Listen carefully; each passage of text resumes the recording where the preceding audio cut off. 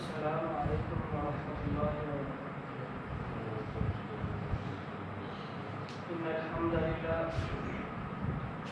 الحمد لله نحمده ونستعينه ونستغفره ونؤمن به ونتوكل عليه ونعوذ بالله من شرور أنفسنا ومن سيئات أعمالنا. من يهده الله فلا مضل له ومن يضلل فلا هادي له، وأشهد أن لا إله إلا الله وحده لا شريك له، وأشهد أن محمدا عبده ورسوله. اللهم صل على محمد وعلى آل محمد كما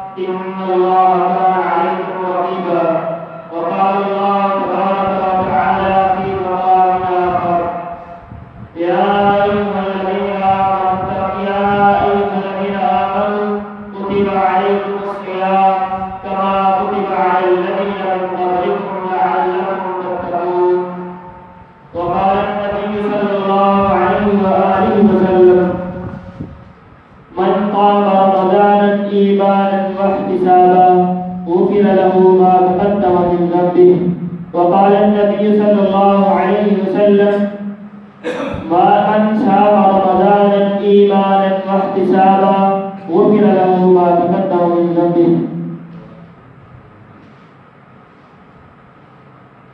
حمد و ثنا اللہ وحدہ لا شریک مالک الملک مالک الانعام مالک الانعام کی ذات اقدس کے لیے خاص ہے. درود و سلام امام الانبیاء امام المرسلین رحمت للعالمین حبیب خدا شافع محشر و شافع روز جزا امامنا فی الدنیا و امامنا فی الآخرہ و امامنا فی الجنہ حبیب خدا جناب محمد رسول اللہ صلی اللہ علیہ وآلہ وسلم کی عادت سے. دوستو احباب نیکوکار، اللہ رب العزت کا احسان ہے کہ اس نے ایک بار ہمیں بھی موقع عطا دیا ہے کہ ہم اپنے پچھلے ماضی کے گناہوں کو اپنے آنسوں سے مٹا سکیں اور اللہ رب العالمین کے ہاں ایک متقی اور پرہیزگار آدمی بن سکے. وہ اللہ تعالیٰ نے آپ احباب کو معلوم ہے کہ رمضان المبارک کا مہینہ آ رہا ہے، تقریباً 4-5 دن باقی ہے، تو اللہ تعالیٰ نے ایک ہمیں موقع پھر دیا ہے. کئی آدمی یہ تھے کہ وہ پچھلے رمضان المبارک میں اس دنیا میں موجود تھے، لیکن اس رمضان المبارک تک وہ اللہ کو پیارے ہو چکے ہیں. تو موقع یہ قسمت والوں کو ملتا ہے. جناب محمد رسول اللہ صلی اللہ علیہ وسلم ایک مرتبہ ممبر پر تشریف فرما تھے. پہلی سیڑھی پر نبی کریم صلی اللہ علیہ وسلم نے پاؤں رکھا تو فرمایا آمین. دوسری سیڑھی پر پاؤں رکھا فرمایا آمین. اور تیسری سیڑھی پر جب بیٹھے فرمایا آمین. تو صحابہ کرام نے جب پوچھا کہ اللہ کے نبی علیہ السلام آج ہم نے ایک عجیب معجزہ دیکھا ہے، آپ نے کبھی ممبر پر چڑھتے ہوئے آمین نہیں کہا تھا، لیکن آج آپ نے آمین کہا ہے. تو رسول اکرم صلی اللہ علیہ وسلم نے فرمایا کہ آج میں خطبے کے لیے جب ممبر پر تشریف لے کے جا رہا تھا تو میرے پاس جبرائیل آئے اور انہوں نے کہا وہ آدمی اس آدمی کا نام خواہ ملود ہو جو آدمی اپنے والدین کو بڑھاپے میں پاتا ہے لیکن اس والدین کی عزت و اکرام کر کے ان کی عزت و اکرام کر کے اللہ رب العالمین سے جنت حاصل نہیں کرتا. اور دوسرا آدمی وہ ہے کہ جس کی زندگی میں رمضان مبارک آیا، اس نے پہلے گناہ بھی بہت کیے تھے، اپنی سیاہ کاریوں پر وہ شرمندہ بھی تھا کہ میرا تو کچھ بن نہیں سکتا، لیکن اس کی زندگی میں رمضان المبارک کا مہینہ آیا. اس نے اس رمضان المبارک کے مہینے کو اپنی خوشگویوں میں اور اپنے پوری لمحوں میں گزار دیا جیسے اس کے عام مہینے گزرتے. تو میرے بھائیوں، ہم روزہ تو رکھ لیتے ہیں، اور ہم روزہ کیوں رکھتے ہیں؟ تاکہ اللہ تعالیٰ کے سامنے ہم ایک پاکیزہ بندے بن سکیں. کیونکہ روزے دار کی نبی علیہ السلام ایسے کرتے ہیں. رسول اللہ صلی اللہ علیہ وسلم فرماتے ہیں کہ روزے دار کے منہ سے جو خوشبو آتی ہے، اللہ تعالیٰ کو یہ خوشبو مصر کی خوشبو سے پسند ہے. یعنی وہ خوشبو جو کستوری کی خوشبو ہوتی ہے، اللہ تعالیٰ کو وہ ایسے لگتی ہے. تو ہم سارا دن اگر روزہ بھی رکھیں، بھوک پیاس کو برداشت بھی کریں، لیکن ہمارے اوپر وہ روزہ اثر کیوں نہیں کر رہا؟ یہ بات تو یہ ہے کہ رسول اللہ صلی اللہ علیہ وسلم نے فرمایا من قام رمضان ایمانا واحتسابا غفر له ما تقدم من ذنبه. فرمایا جس آدمی نے رمضان میں قیام کیا، رمضان میں ایمان کی حالت میں قیام کیا، واحتسابا اور اپنے گناہوں کو بخشوانے کے لیے راتوں کو قیام بھی کیا، رمضان ایمانا واحتسابا غفر له ما تقدم من ذنبه. پیارے پیغمبر نے فرمایا اس آدمی کے پچھلے گناہ بخش دیے جاتے ہیں. اور دوسری حدیث میں رسول اللہ صلی اللہ علیہ وسلم نے فرمایا من صام رمضان ایمانا واحتسابا غفر له ما تقدم من ذنبه. فرمایا جس آدمی نے روزہ رکھا ایمان کی حالت میں اور واحتسابا اپنے گناہوں کو بخشوانے کی خاطر غفر له ما تقدم من ذنبه، اس کے تمام پچھلے گناہ بخش دیے جاتے ہیں. پیارے پیغمبر علیہ السلام نے فرمایا الصوم جنہ، روزہ ڈال ہے. اور یہ کس چیز کے درمیان ڈال ہے؟ یہ گناہوں اور نیکیوں کے درمیان ڈال ہے. یہ حکم دیتا ہے کہ ہم برے کام چھوڑ دیں اور نیکیوں کی طرف آ جائیں. میرے بھائیوں، اگر کوئی آدمی روزہ رکھتا ہے اس کے دل میں وہی خیالات جاری رہتے ہیں جو اس کے تمام باقی مہینوں میں جاری رہتے ہیں. اگر وہ روزہ بھی رکھا ہے لیکن لغو باتیں بھی کی جا رہا ہے، روزہ بھی رکھا ہے لیکن اپنی شہوت کے اوپر کنٹرول نہیں کر سکتا، ایسا روزہ قیامت کے دن اسی آدمی کو دلیلوں پڑتی ہے. نبی علیہ السلام نے فرمایا جس نیک عمل کے اوپر میرے طریقے سے نیک عمل نہیں کیا ہوتا جیسے میں نے اس کو حکم دیا ہے، وہ اسی آدمی کے منہ پر مارا جاتا ہے عمل. نبی علیہ السلام نے فرمایا اگر کوئی شخص نماز کرتا ہے، نماز اس کی صحیح نہیں ہوتی، اس کی نماز ایسے نہیں ہوتی، صلو کما رأیتمونی اصلی، اس کی نماز پڑھنے کے بعد پوری آسمانوں کی طرف جاتی ہے، اس کے منہ پر مارتی ہے. اور نماز اپنے زبانی حال سے کہتی ہے کیا بندے اللہ تجھے اس طرح ذلیل و خوار کرے جس طرح تو نے مجھے ذلیل کیا. اور روزہ بھی اسی طرح، روزہ بھی قبولیت کے لیے اوپر آسمانوں کی طرف جاتا ہے. تو اگر وہ روزہ رسول اللہ صلی اللہ علیہ وسلم کے طریقے کے مطابق ہے، جس طرح رسول اللہ صلی اللہ علیہ وسلم نے ہمیں حکم دیا کہ روزے دار کیسا ہونا چاہیے، روزے دار کے اوپر کیا کیا ذمہ داریاں ہیں، روزہ زبان منہ اور پیٹ کا بھوکا رکھنا روزہ نہیں ہے. روزے کا مطلب یہ ہے کہ اپنے تمام گناہوں کو جو پچھلے مہینے میں چھوڑتے کرتے تھے ان کو رمضان المبارک میں اللہ کی خاطر چھوڑتے. حضرات، روزہ ایک ایسا عمل ہے کہ جس کو رکھ لینے سے میرے پیارے پیغمبر علیہ السلام نے فرمایا الصوم جنہ، اور اللہ تعالیٰ فرماتے ہیں الصوم لی وانا اجزی بہ، روزہ میرے لیے ہے. روزہ مسلمان رکھتا ہے، بھوک پیاس برداشت کرتا ہے، وانا اجزی بہ، اور اس کی جزا بھی ہے. حضرات محترم، ہم روزے تو رکھتے ہیں لیکن ہمارے اوپر روزوں کا اثر کیوں نہیں ہوتا؟ ہم عبادت تو کرتے ہیں، ہمارے اوپر اثر کیوں نہیں ہوتا؟ اس کی وجہ یہ ہے کہ جو روزہ تیرے گھر کے اندر تیری بیٹھک میں ٹی وی کو پڑے ہوئے وہ گلی میں باہر نہ بٹھوائے، اس روزے کا کوئی فائدہ نہیں ہے. اگر کوئی روزہ بھی رکھا ہے، لغو گفتگو بھی کرتا ہے، روزہ بھی رکھا ہے، دل کے اندر وہی خواہشات ہیں، دل کے اندر گناہ کی خواہشات بھی پیدا ہو رہی ہیں لیکن اس کے اوپر عمل درآمد نہیں کرتا، وہ اس کا روزہ کامل ہے.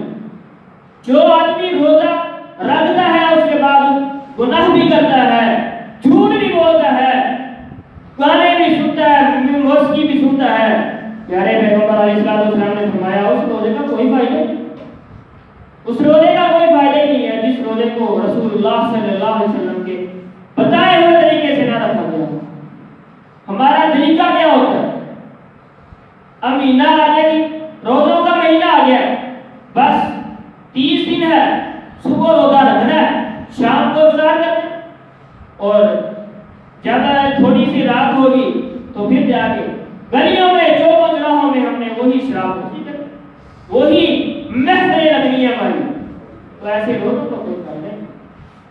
ایسے روزوں کا کیوں فائدہ نہیں ہوتا؟ کہ روزہ الصوم جنہ، رسول اکرم صلی اللہ علیہ وسلم نے فرمایا روزہ ڈال ہے. اگر وہی روزہ ہمارے لیے ڈال نہیں بنتا تو ہمارے روزے کا فائدہ ہی نہیں ہے.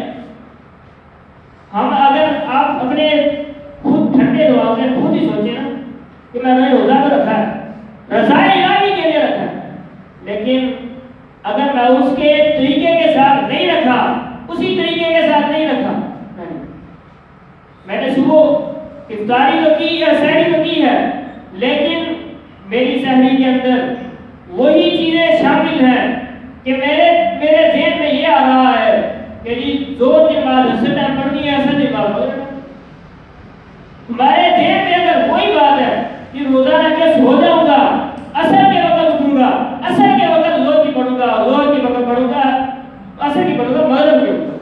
جب افطاری کے وقت اٹھو اور روزہ رسول اکرم صلی اللہ علیہ وسلم نے روزے رکھے، جنگیں میں لڑی، جنگیں بدر روزے رمضان میں لڑی گئی، تو کیوں اگر روزے کے ساتھ انسان کا انسان طاقت مند ہوتا ہے، کمزور نہیں ہوتا.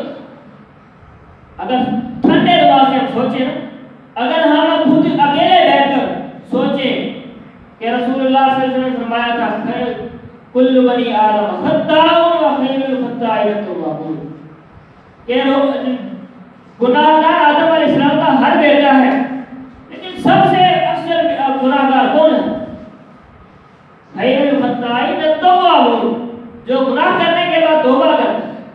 تو کیوں نہ میں نے اتنی دیر میری زندگی ہو گئی ہے، 19-20 سال مجھے ہو گئے اس دنیا میں آئے ہوئے، میں نے بہت سارے گناہ کیے، بہت سارے لوگوں کے ساتھ فرائیاں کی ہیں، اور یہ رمضان کا مہینہ آ گیا، اگر میں ایک رات بھی اللہ کے سامنے رو دوں تو اللہ مجھے معاف کر دے، کیونکہ رمضان وہ مہینہ ہے، شہر رمضان الذی انزل فیہ القرآن ھدی للناس وبیّنات من الہدی والفرقان. اور رسول اکرم اور اللہ تعالیٰ نے سورۃ قدر میں نازل فرمائی، انا انزلناہ فی لیلۃ القدر وما ادراک ما لیلۃ تنزل الملائکۃ والروح فیہا بإذن ربہم من کل امر. اور رمضان المبارک میں اللہ تعالیٰ نے قرآن کو مکمل کیا ہے، اللہ تعالیٰ نے قرآن کو اتارا ہی ہے تو رات بھی رمضان کی. کیوں ہم ایسے پھر رہے ہیں کہ روزہ بھی رکھتے ہیں، 30 دن دھوپ بھی برداشت کی، دھوپ کی تپش بھی برداشت کرتے ہیں، لیکن اگر آخر رمضان عید المبارک کے دن ہمیں فرشتے یہی کہیں کہ جی تمہارے روزے رکھنے کا کوئی فائدہ نہیں ہے اور اپنے روزے پکڑو، اپنے روزے جیسے تم نے روزے بھی کہے، جیسے تم نے ہم کو ذلیل و خوار کیا ایسے تجھے اللہ کا. تو ایسے لوگوں سے بچیے. روزہ رکھنا ہے تو نیت کیا ہونی چاہیے؟ میں روزہ رکھ رہا ہوں رضا الہی کے لیے، میں روزہ رکھ رہا ہوں، میرے دل کے اندر خواہش یہ ہو کہ میں روزہ تو آج رکھوں گا، کل قیامت کے دن میں کسی دھوپ کی سورج کی دھوپ سے بچ جاؤں. میں روزہ رکھوں گا، مجھے رسول اکرم صلی اللہ علیہ وسلم کے ہاتھوں سے حوض کوثر کا جام نصیب ہو. میں آج یہ دھوپ اور دھوپ کی تپش برداشت کر لوں گا، سورج کی تپش برداشت کر لوں گا، قیامت کے دن مجھے بیت ریان کے اندر مجھے جگہ ملے گی، مجھے اس کی واضح رہے گی. اگر ہماری نیت میں یہ آ جائے تو ہمارے روزے کامیاب ہیں اور ہمارے افطاری بنوانی بھی کامیاب ہیں. ہم افطاریاں بنواتے ہیں تو اس کے اوپر بھی سیلفیاں ہوتی ہیں.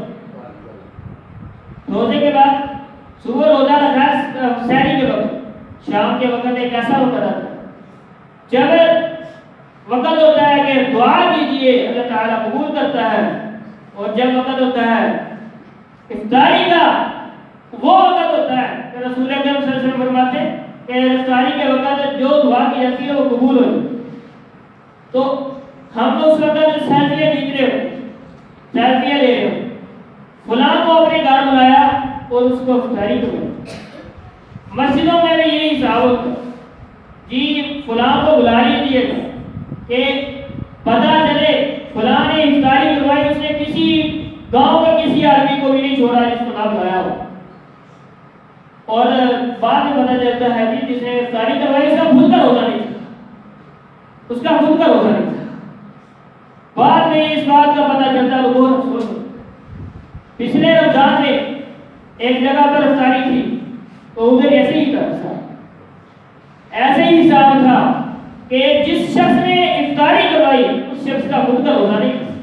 وہ سائڈ میں بیٹھا ہے اور لوگوں کا انتظار کر رہا ہے، لوگوں کو پانی بانٹ رہا ہے، لوگوں کو مشروب بانٹ رہا ہے، لوگوں کو فروٹ بانٹ رہا ہے. اور جب پوچھا گیا صاحب آپ افطاری کیوں نہیں کر رہے؟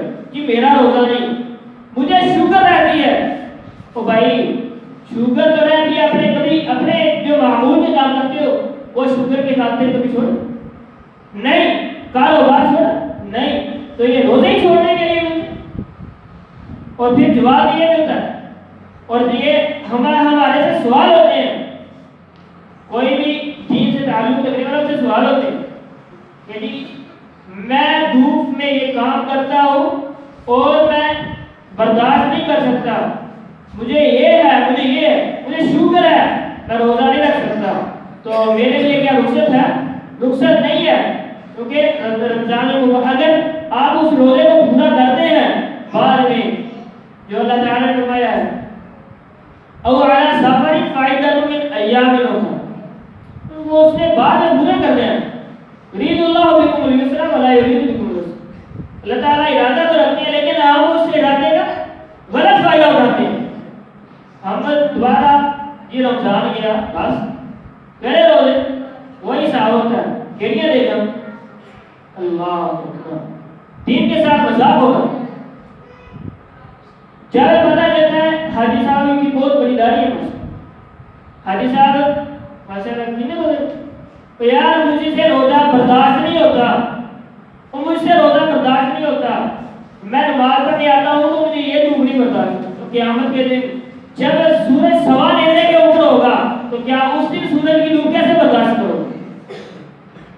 اور اگر یہی دھوپیں برداشت کر کے روزے رکھ لو، اگر یہی دھوپیں برداشت کر کے اپنے لیے نجات کا سامان پیدا کر لو تو اللہ تعالیٰ یہی روزے رکھے ہوئے قیامت کے دن حشر میں اللہ تعالیٰ ہمارا بیڑا بھی پار کریں گے، اور اللہ تعالیٰ ہمیں ایک اس کا بہتر بدلہ بھی دیں گے. الصوم لی وانا اجزی بہ، رسول اکرم صلی اللہ علیہ وسلم نے فرمایا، حدیث قدسی ہے، اللہ تعالیٰ فرماتے ہیں الصوم لی، روزہ میرے لیے، وانا اجزی بہ، اور میں اس کی جزا بھی مخلوق ہوں. فرشتے لکھتے ہیں، فرشتے باقی تمام اعمال آپ کے فرشتے، نماز پڑھی کس نے لکھی؟ فرشتوں نے لکھی، فلاں بندے نے نماز پڑھی، اور حج کیا فرشتوں نے لکھا. لیکن روزہ ایسا عمل ہے الصوم لی وانا اجزی بہ، میرا بندہ میرے لیے دھوپ برداشت کرتا ہے، بھوک برداشت کرتا ہے، پیاس برداشت کرتا ہے، وانا اجزی بہ، اور میں اس کی جزا بھی کرتا ہوں. اور اکثر ہمارے بہت بڑا ہوتے ہیں، ہر جگہ نماز ماشاء اللہ نماز کبھی نہیں چھوڑی ہوگی، لیکن رمضان میں افسوس ہوتا ہے ایسا ملے روزے میں جی 2 رکھے تھے شروع میں، باقی بعد میں کاروبار کے سلسلے میں چھوڑ. اللہ کے بندو، کاروبار کی خاطر، اس دنیا کے کاروبار کی خاطر، اس 2 وقت کی روٹی کے پیسوں کی خاطر ہم آخرت برباد کریں. وہ کیسے؟ جب ہمارے پاس قیامت والے دن کچھ ہوگا ہی نہیں، جب فرشتے ہمارے رجسٹر ہی ہمارے ہاتھ خالی پکڑا دیں گے، اس میں نمازیں ہوں گی لیکن وہ ریاکاری والی ہوں گی، اس میں ہمارے روزے تو ہوں گے کیونکہ وہ رکھی، اس میں ہمارے نیک اعمال بہت کم ہوں گے. جب ہمارے گناہوں کا رجسٹر اتنا بڑا بھرا ہوا ہمارے ہاتھ میں پکڑا دیا جائے گا تو قیامت والے دن وہ کیا صورتحال ہوگی. اللہ تعالیٰ ہمیں روزے دار بنائے، اور اس موقع کو اللہ تعالیٰ ہمیں غنیمت جاننے کی کوشش، یہ غنیمت جاننے کی توفیق عطا فرمائے. کیونکہ رمضان آ رہا ہے تو اس میں شیطان کو بھی اللہ تعالیٰ باندھ دیتے ہیں. کیوں باندھ دیتے؟ کہ مسلمانوں کے لیے یہ رمضان کا مہینہ ایک مرتبہ، صرف رمضان کا مہینہ سال میں ایک مرتبہ، اور یہ رمضان کا مہینہ ایسا ہے مسلمان جو اصل مسلمان ہوتا ہے اس کو 11 مہینے اس کا انتظار رہتا ہے. اس میں اللہ تعالیٰ شیطان کو بدوا دیتے ہیں فرشتوں سے کہ میرے بندوں نے میرے لیے عبادت کرنی ہے اور یہ خلل نہ ڈال سکے. لیکن افسوس، سب افسوس، یہی انسان، یہی بندے، یہ خود کا تو روزہ نہیں ہے، لوگوں کے روزے بھی برباد کرنے کے لیے شیطان کا دیا ہوا کھوپڑا یہ کرتے ہیں. شیطان ان کو اپنے ایجنٹ بنا کے رکھتا ہے. یہ لوگ ہمیں پھر یہ عبادت نہیں خود کرنی ہوتی ہے نا، ہم کسی اور کو کرنے دیتے ہیں. جب مسجد کے قریب جاؤ تراویح پڑھنے کے لیے تو ساتھ والے گھر میں فل آواز میں ڈیکوں پر سونپ دیتے ہوتے ہیں. جو رمضان المبارک ایک رحمتوں والا مہینہ ہے جس کے اندر اللہ تعالیٰ تمام عبادات کے اجور بھی بڑھا دیتے ہیں، اس کی قدر ہم نہیں کرتے. افسوس، سد افسوس کہ یہ مسلمان ہے وزا میں تم ہو تو تمدن میں یہود، یہ مسلمان ہے جنہیں دیکھ کے شرمائے ہوئے۔ حضرات یہ رمضان مبارک کا یہ قدر کریں جس رمضان مبارک میں رسول اکرم صلی اللہ علیہ وسلم جب رمضان نازل ہوتا، جب رمضان آتا تو رسول اکرم صلی اللہ علیہ وسلم کمر باندھ اپنا کس لیتے اور عبادت کے لیے رسول اکرم صلی اللہ علیہ وسلم تیار ہو جاتے۔ لیکن مسلمان جو رسول اکرم کے امتی کہلوانے والے ہیں، جو رسول اکرم صلی اللہ علیہ وسلم کی شفاعت کے منتظر ہیں، وہی مسلمان روزے نہیں رکھتے، وہی مسلمان رمضان کی قدر نہیں کرتے۔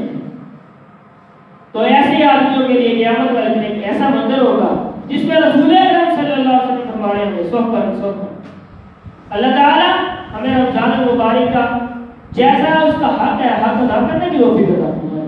اللہ تعالی ہمیں مسجدوں میں اللہ تعالیٰ میں ڈھونڈ کے اللہ تعالیٰ ہماری مسجدوں کو رمضان المبارک میں بھی اور تمام 11 مہینے پر اور اللہ تعالیٰ ہمیں رمضان المبارک میں نیکیاں کرنے کی توفیق عطا فرمائے اور اللہ تعالیٰ ہمیں اس کی قدر کرنے کی توفیق عطا فرمائے۔ اللہ تعالیٰ ہمیں جو سنا ہے عمل کرنے کی توفیق عطا فرمائے۔ وآخر دعوانا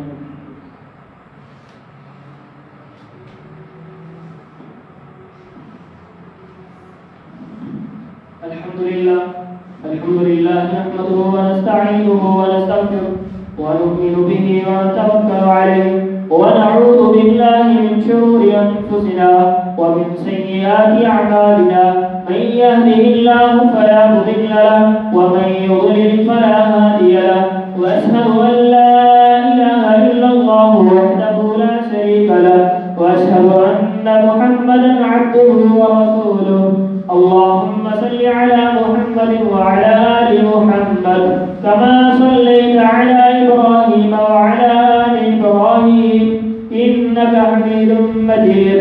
اللهم بارك على محمد وعلى آل محمد كما باركت على إبراهيم وعلى آل إبراهيم إنك حميد مجيد۔ أما بعد فإن خير الحديث كتاب الله وخير الهدي هدي محمد صلى الله عليه وسلم، وشر الأمور محدثاتها وكل محدثة بدعة وكل بدعة ضلالة وكل ضلالة في النار۔ أعوذ بالله من الشيطان الرجيم، بسم الله الرحمن الرحيم۔